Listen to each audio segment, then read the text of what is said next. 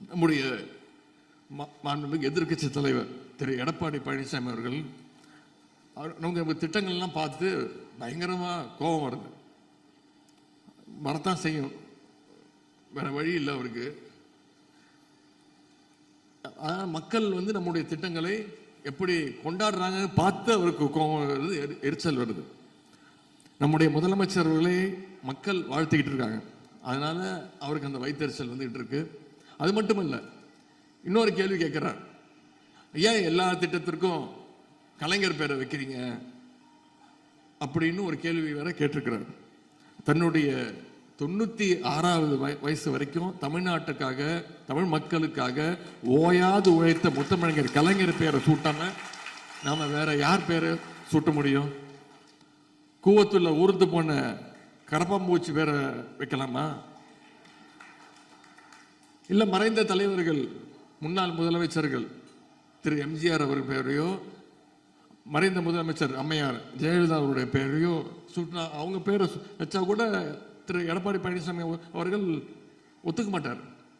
அவருக்கு யார் பேர் வைக்கணும்? இப்போ மோடி பேர் வைக்கலாம், இல்ல அமித்ஷா பேர் வைக்கலாம். இன்னும் சொல்ல போனா பாத்தீங்கன்னா, ஒரு 3 மாசத்துக்கு முன்னாடி என்ன சொன்னாரு, எந்த நேரத்திலையும் பாஜகவோடு கூட்டணி கிடையாதுன்னு சொன்னார். உங்களுக்கு ஞாபகம் இருக்கும்.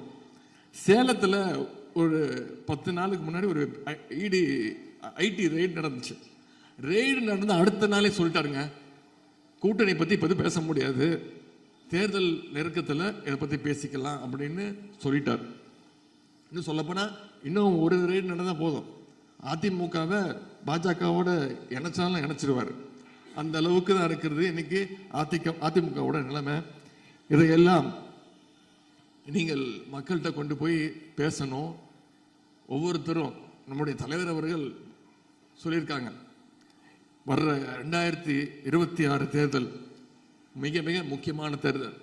2024 தேர்தலில், நாடாளுமன்ற தேர்தலில் 40க்கு 40 தொகுதி மிகப்பெரிய வெற்றி, சாதனை வெற்றியை தமிழ்நாட்டு மக்கள் நம்முடைய முதலமைச்சருக்கும் நம்முடைய கூட்டணி, நம்முடைய மதச்சார்பற்ற முற்போக்கு கூட்டணிக்கு கொடுத்திருக்கிறாங்க. அதன் தொடர்ச்சியாக 2026 குறைந்தது 200 சட்டமன்ற தொகுதியில் வென்றாக வேண்டும் என்று தலைவர் அறிவுறுத்திருக்கிறார். அதற்கு நீங்கள் உங்களுடைய பங்களிப்பை நீங்கள் தர வேண்டும். நம்முடைய கழக அரசுடைய திட்டங்களை எல்லாம் நீங்கள் மக்கள்கிட்ட கொண்டு போய் சேர்க்க வேண்டும்.